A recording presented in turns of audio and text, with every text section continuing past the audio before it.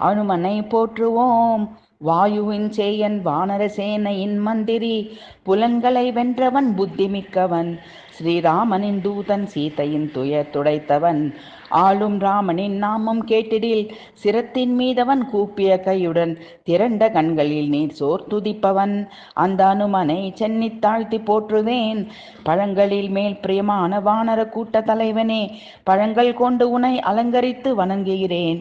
பழம் என கருதி உதய சூரியனை பிடிக்க தாவி சென்றவனே, பழமாய் ஜொலித்த பரிதியை தொடர்ந்து சென்று சாஸ்திரங்கள் கற்றவனே, பழம் போல் சிவந்த முகத்தில் தேஜசுடன் பிரகாசிப்பவனே, பழம்பெரு சிவபக்தன் ராவணனுக்கு சமமாக தன் வாலினால் சிம்மாசனம் அமைத்து அமர்ந்தவனே, பழுத்திக்கிழமாக படுத்து பீமனுக்கு தன் வலிமையை உணர்த்தியவனே, பக்தியோடு வேண்டி நிற்கும் அடியேனுக்கு அறிவாற்றல் நற்புகழ் உடல் வலிமை அச்சமில்லா மனம் ஆரோக்கியம் புத்தி கூர்மை பேச்சாற்றல் தந்திடுவேரே.